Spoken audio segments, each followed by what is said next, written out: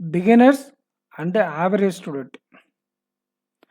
நீங்கள் இப்போ எந்த மாதிரி ஸ்டேஜில் இருப்பீங்கன்னா, ப்ரக்ரெசிவ் ஸ்டேஜில் இருப்பீங்க. லாஸ்ட் எக்ஸாமில் பண்ண மிஸ்டேக்ஸை ரெக்டிஃபை பண்ணுறது எப்படி, நம்ம ஏன் இந்த தப்பு பண்ணோம் அப்படின்றது நிறைய கன்ஃபியூஷனில் இருப்பீங்க. அண்ட் இந்த மாதிரி ஸ்டேஜில் இருக்கக்கூடிய நீங்கள் இந்த மாதிரி ஒரு டாப்பர்ஸில் சில ஆஸ்பிரண்ட்ஸ் வந்து கரெக்டாக கைட் பண்ண மாட்டாங்க. சில ஆஸ்பிரண்ட்ஸ் தவறான கைடன்ஸ் கொடுப்பாங்க. அவங்க பாயிண்ட் ஆஃப் வியூலேருந்து எல்லாத்தையும் பார்த்துட்டு சொல்லுவாங்க. But beginner average point of வியூலேருந்து வேறு கதை, டாப்பர் பாயிண்ட் ஆஃப் வியூலேருந்து வேறு கதை. ஒரு சில எக்ஸாமுக்கெல்லாம் அப்ளை பண்ணும்போது ஏன் இவங்ககிட்ட தள்ளி இருக்குன்னு நான் சொல்கிறேன் பாருங்கள். ஒரு யூஏசி எக்ஸாமுக்கு ஜாப் நோட்டிஃபிகேஷன் வந்துருச்சு. 100 வேகன்சி தான் இருந்துச்சு. இந்த ஆஸ்பிரண்ட் சொன்னது நான் 100% ஒத்துக்கிறேன். 100 வேகன்சி தான். டாப் 60க்குள்ளே வர்றது ரொம்ப பெருசு அப்படின்னு சொல்லியிருக்கீங்களா? ஆனால் இந்த எக்ஸாமோட பர்பஸே வேறு. நான் அப்ளை பண்ண சொன்னதுக்கான பர்பஸே வேறு. நோட்டிஃபிகேஷன் வீடியோவில் தெளிவாக சொல்லியிருப்பேன். அண்டு இந்த மாதிரி ஆஸ்பிரண்ட்ஸ் கிட்ட நீங்கள் கான்டாக்டில் வச்சுக்கிட்டிங்களன்னா உங்களோட மைண்ட் செட் என்ன ஆகுன்னா, இந்த எக்ஸாமுக்கு அப்ளை பண்ண மாட்டீங்க. ஸோ அதனால் அவருக்கு லாஸ் ஆன கேட்டால் அவருக்கு லாஸ் இல்லை. இந்த ஸ்டேட்மெண்ட் விடக்கூடிய ஆஸ்பிரண்ட் யாருன்னா, இவங்க ஆல்ரெடி எக்ஸ்பீரியன்ஸாக இருப்பாங்க. இவருக்கு இந்த எக்ஸாம் தேவையில்லை. ஆனால் நீங்கள் ஒரு பிகினராக இருந்தால் ஏன் நீங்கள் இந்த 100 அதை வந்து யூஏசி எக்ஸாமுக்காக வந்த கமெண்ட்டு, அதாவது எந்த லெவலில் எக்ஸாம் எந்த லெவலில் இருக்கும் அப்படிங்கிற ஒரு வீடியோ போட்டிருந்தேன். அதில் வந்த கமெண்ட் அது. எக்ஸாமே படிக்கிறது வேஸ்ட்டு, நீங்கள் எதுக்கு எக்ஸாம் லெவலெலாம் கொடுக்குறீன்ற மாதிரி அந்த கமெண்ட் வந்துருந்துச்சு. ஸ்மைலி எல்லாம் போட்டு சொல்லியிருந்தார். அதெல்லாம் ஓகே தான் ஆஸ்பிரண்ட். அது வந்து உங்களை மாதிரி டாப்பருக்கு அந்த எக்ஸாம் அப்ளை பண்ண தேவையில்லை. நீங்கள் வேறு எதான எக்ஸாம்ஸ் நீங்கள் அப்ளை பண்ணிட்டு போயிடுவீங்க. பட் பிகினராக இருக்கும்போது நிறைய ஆஸ்பிரண்ட் ப்ரிலிம்ஸே அவுட் ஆகிடும். அப்போ அவங்களுக்கு மெயின்ஸ் எப்படி அப்ரோச் பண்ணுறதுன்னு தெரியாது. சப்போஸ் அடுத்த வருஷம் இவங்க இம்ப்ரூவ் பண்ணி ப்ரிலிம்ஸ் எல்லாம் இம்ப்ரூவ் பண்ணிவிட்டு டேரெக்டாக போய் மெயின்ஸ் எழுதும்போது என்ன ஃபால்ட் ஆகுன்னா, அவங்களால எப்படி மெயின்ஸ் அப்ரோச் பண்ணணும், சிஏ எப்படி படிக்கணும், எப்படி கவர் பண்ணணும், எந்த ஒரு ஐடியாவும் இல்லாமல் டேரெக்டாக போய் மெயின்ஸ் அட்டன் பண்ணுற மாதிரி இருக்கும். ஸோ நீங்கள் இந்த பேட்டர்ன், இப்போ நான் சொன்னக்கூடிய இந்த டைரக்ட் மெயின்ஸ் எழுதக்கூடிய பேட்டர்னு உங்களுக்கு ஒரு மெயின்ஸ் எக்ஸ்பீரியன்ஸை கொடுக்கும். ரெண்டாவது, இது வந்து ஒரு ஆர்ஆர்பி பிஓ, ஆர்ஆர்பி கிளர்க்கை டேக்கிள் பண்ண உதவும். ஐபிபிஎஸ் கிளர்க்கு தனியாக நீங்கள் ப்ரிப்பேர் பண்ணணும் எக்ஸ்ட்ரா. ஒரு சிஏ யூஸ் ஆகலாமே தவிர மற்றபடி ஆப்டரிஸ் நீங்களாம் கொஞ்சம் மாறும். இருந்தாலே உங்களுக்கு ஒரு மெயின்ஸ் எக்ஸாம் எழுதுனா ஒரு கான்ஃபிடன்ஸ் கிடைக்கும். உங்களோட ப்ரிப்ரேஷனுக்கு இது ரொம்ப ஹெல்ப் பண்ணும். அண்டு நீங்கள் ஒரு மார்க் டெஸ்ட்டு, ரெண்டாவது பாயிண்ட்டு, மார்க் டெஸ்ட் எழுதுறதை காட்டிலும் மார்க் டெஸ்ட் எழுதுறதுல நீங்கள் இம்ப்ரூவ் ஆகுவீங்களா ஆக மாட்டீங்களோ எனக்கு தெரியாது. இந்த மாதிரி ரியல் எக்ஸாம் ஒவ்வொன்றா எழுத ஒவ்வொரு மிஸ்டேக் பண்ணுவீங்க, ஒவ்வொரு விஷயத்தை கற்றுட்டு வருவீங்க. இது என்னுடைய எக்ஸ்பீரியன்ஸ்லேருந்து சொல்கிறேன். கண்டிப்பாக ரியல் எக்ஸாம் எழுதுகிற ஃபீலை வந்து உங்களுக்கு மார்க் டெஸ்ட் கொடுக்காது. நீங்கள் 1000 மார்க் டெஸ்ட் போட்டாலையும் ஒரு 10 ரியல் எக்ஸாம் எழுதின ஃபீலிங் வேறு. அதில் வர கொஸ்டினே வேறு, மார்க் டெஸ்ட்டில் வர கொஸ்டினே வேறு. இதுக்கு நான் தனி வீடியோ கொடுத்துருந்தேன்.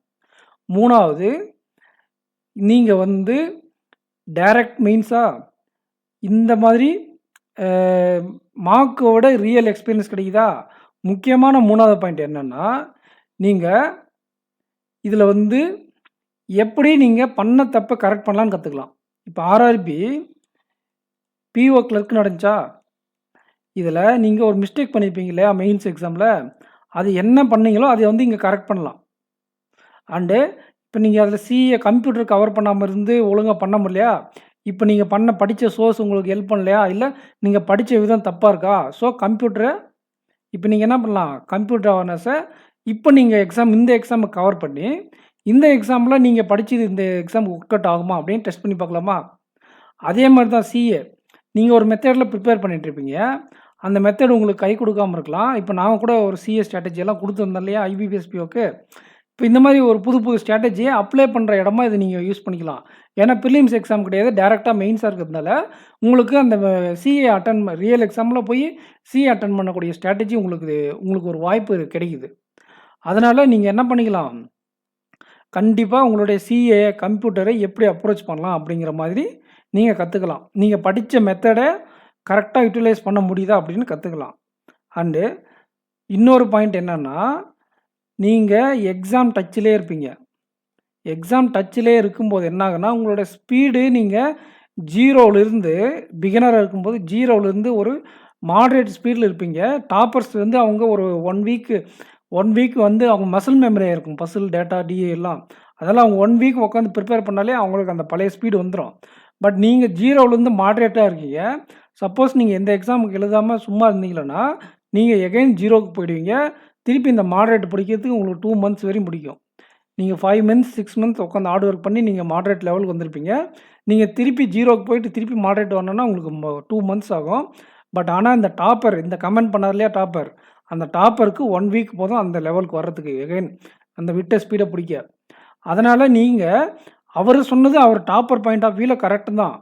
இந்த எக்ஸாம் சான்சஸ் ஆஃப் கிளியர் பண்றது கம்மியா இருக்கு. அதெல்லாம் 2வது நமக்கு லக் இருந்தா கிளியர் ஆகுறதுக்கு நெறைய வாய்ப்பு இருக்கு. இல்ல நெறைய பேரு எந்த ஒரு எக்ஸாமும் கிளியர் ஆகாம யுஏஎஸ்ஏவோ, என்ஐஎஸ்லேயேவோ கிளியர் பண்ணி சக்ஸஸ் ஸ்டோரி குடுத்தத நீங்க பார்த்துருப்பீங்க. கண்டிப்பா அந்த மாரி மிராக்கிள்ஸ் நடக்கும். ஏன்னா நெறைய பேர் இதுக்கு இந்த மாரி அப்ளை பண்ணாம ஒமிட் பண்ணிருவாங்க.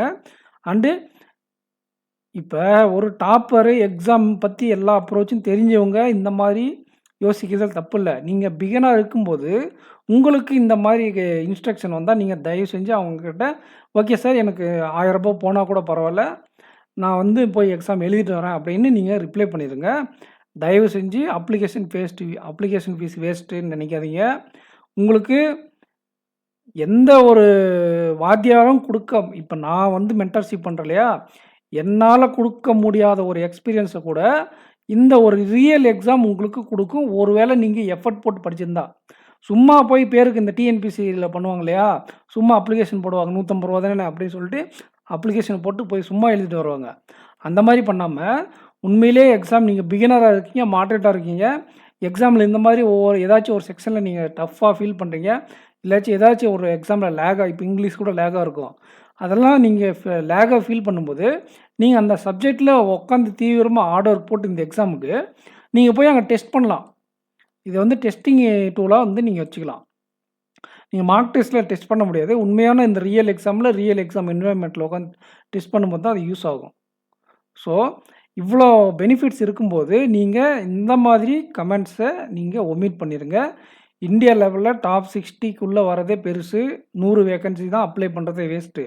இது வந்து டாப்பர்ஸ் பாயிண்ட் ஆஃப் வியூல டாப்பர் சொன்ன ஒரு கமெண்ட்.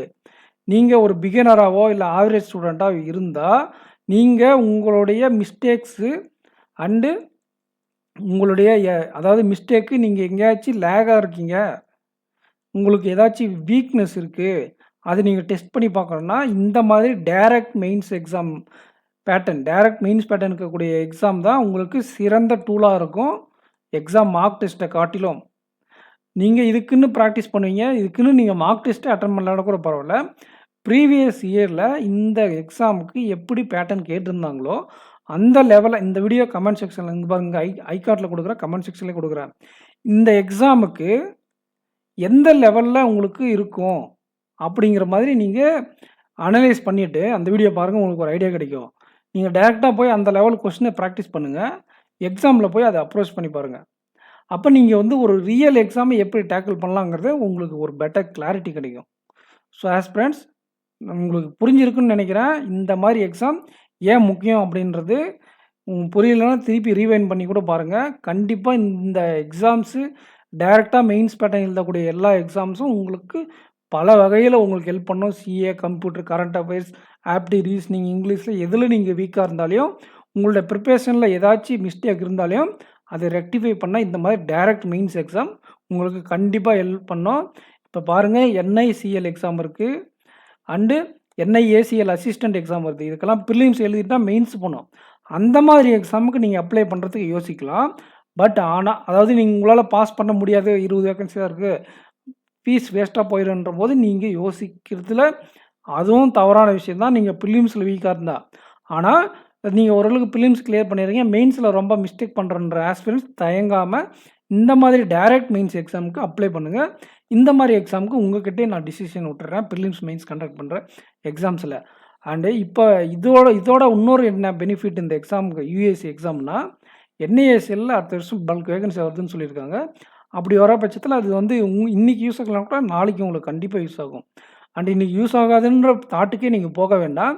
நல்லா பண்ணா பிகினர்ஸ், ஆவரேஜ் ஸ்டூடெண்ட் கூட எக்ஸாம் கிளியர் பண்ணி நிறைய இல்லைனா கூட எக்ஸாம் கிளியர் பண்ணுற சம்பவம் நடந்திருக்கு. ஆவரேஜ் ஸ்டூடெண்ட் கூட நிறைய எக்ஸாம் கிளியர் பண்ணியிருக்காங்க. எந்த ஒரு எக்ஸாம் கிளியர் பண்ணாமல் டக்குன்னு டேரெக்டாக யுஎஸ்சிலேயோ என்ஐஎஸ்சிலேயோலாம் கிளியர் பண்ணியிருக்காங்க. அது வந்து கண்கூட நம்ம பார்த்துருக்கோம். அதனால் நீங்கள் செகண்ட் தாட்டுக்கே போக வேண்டாம். ஃபுல் எஃபர்ட்டை போட்டு நீங்கள் ப்ரிப்பேர் பண்ணுங்கள். ஆப்டிக்கான ஸ்ட்ராட்டஜி வீடியோ நான் நாளைக்கு மார்னிங்கே கொடுத்துட்றேன். கம்ப்யூட்டர் ரிப்பேர் ஆனதுனால என்னால் 2-3 நாளாக ஒர்க் பண்ண முடியல. இன்றைக்கி சேலம் காக்காபாளையம் சென்டருக்கு போயிட்டு வந்தேன். அதனால் இன்றைக்கும் வீடியோ கொடுக்க முடியல. கம்ப்யூட்டர் ரெடி பண்ணியாச்சு. ஸோ நாளையிலேருந்து நம்ம கண்டென்ட் ரெகுலராக பார்க்கலாம். ஸோ ஆஸ்பிரண்ட்ஸ் சேனலை சப்ஸ்கிரைப் பண்ணாமல் இருந்தால் சப்ஸ்கிரைப் பண்ணிக்கோங்க. உங்கள் ஃப்ரெண்ட்ஸுக்கு ஷேர் பண்ணுங்கள். இந்த வீடியோக்கு லைக் பண்ணுங்கள். இன்றைக்கி நான் சேலத்தில் வந்து ஒரு கரண்ட் அஃபேர்ஸ் மெட்டீரியலை ப்ரொவைட் பண்ணேன். ஸோ அதை வந்து யூட்டிலைஸ் பண்ணிக்கோங்க. கண்டிப்பாக அதுலேருந்து கொஸ்டின்ஸ் அப்கமிங் யூஎஸ் எக்ஸாமில் வர்றதுக்கு வாய்ப்பு இருக்குது. 3rd வீக்குக்கு பிடிஎஃப் நான் கொடுத்துருவேன். அதையும் 3rd week and 4th week PDF வீடியோவும் கொடுத்துருவேன். எக்ஸாம் பார்த்துக்குள்ள அதையும் பார்த்துக்கோங்க. கண்டிப்பாக இந்த நவம்பர் மாதம் சிஏ உங்களுக்கு பேங்கிங் கொஞ்சம் ஹெல்ப் பண்ணும். அக்டோபர் மாதமும் பார்த்துக்கோங்க. நான் தனியாக சிஏ ஸ்ட்ராட்டஜி, குவான்ட் ஸ்ட்ராட்டஜி எல்லாம் பெண்டிங் இருக்குது. நான் கொடுக்குறேன். கம்ப்யூட்டர் சோர்ஸ் எல்லாம் கூட நான் சொல்கிறேன். நீங்கள் போய் படிச்சுக்கோங்க. So thank you aspirants. இந்த வீடியோ லைக் பண்ணாமல் இருந்தால் லைக் பண்ணிக்கோங்க. சப்ஸ்கிரைப் பண்ணாமல் சேனலை பார்த்துருந்தீங்கன்னா சப்ஸ்கிரைப் பண்ணிக்கோங்க. 65% இப்போ ஆஸ்பிரண்ட்ஸ் சப்ஸ்கிரைப் பண்ணாமல் தான் பார்க்குறீங்க. ஸோ சப்ஸ்கிரைப் பண்ணிக்கோங்க. Thank you aspirants. இது நம்மளோட டெலகிராம் குரூப்பு. இந்த குரூப்பில் நீங்கள் ஜாயின் பண்ணிக்கோங்க. உங்களுக்கு தேவையான இன்ஸ்ட்ரக்ஷன் கொடுப்போம். ஒரே நிமிஷம் ஆஸ்பிரண்ட்ஸ், முடிக்கல வீடியோ. இதை பாருங்கள், இதுதான் நம்ம சேனலு. இதில் இந்த யூஎஸ்சி எக்ஸாம் தேவையான பை சார்ட் கொடுத்துருக்கேன். இந்த வீடியோ பார்த்துட்டு இதில் ஏதாச்சும் ஃபீட்பேக் இருந்தால் சொல்லுங்கள். நான் அதை வந்து நாளைக்கு நெக்ஸ்ட் வீடியோவில் கரெக்ட் பண்ணிக்கிறேன். And circle based puzzle, time sequence puzzle, இன்னொரு பசில் கொடுத்துருந்தேன். 3 பசில் கொடுத்துருந்தேன். இன்னும் 3 பசில் நான் அப்டேட் பண்ணுறேன். இதை பாருங்கள், ப்ரீவியஸ் சீட்டிங் அரேஞ்ச்மெண்ட் கொடுத்துருக்கேன். Banking current affairs video second part நாளைக்கு வந்துடும். இதுக்கான பிடிஎஃப்பும் நாளைக்கே கொடுத்துட்றேன். ஸோ இது வீடியோலாம் யூட்டிலைஸ் பண்ணிக்கோங்க. இதை பாருங்கள், இந்த வீடியோக்கு வந்த கமெண்ட் தான் அது போயிடுச்சு. ஒரே செகண்ட் ஆஸ்பிரண்ட்ஸ்.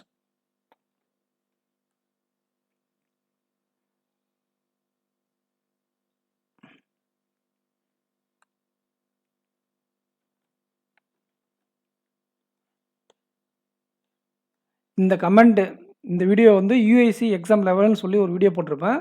அதில் வந்த கமெண்ட் தான் இது. இந்த மாதிரி ஆஸ்பிரண்ட்ஸ் கிட்ட மட்டும் நீங்கள் stay away from them. So thank you aspirants. மோட்டிவேட்டடாக இருங்க. எக்ஸாமே நீங்கள் ஒரு எக்ஸ்பீரியன்ஸ்க்காக போய் எழுதுங்க. எக்ஸாம் கிளியர் பண்ணோம் அப்படிங்கிற தாட்டு 2வதாக இருந்தாலும் அந்த விஷயத்தில் எக்ஸாமில் போய் என்ன கற்றுட்டு வரன்றது தான் ரொம்ப முக்கியம். ஸோ அதில் ஃபோக்கஸ் பண்ணுங்கள். Thank you aspirants. தேங்க்யூ.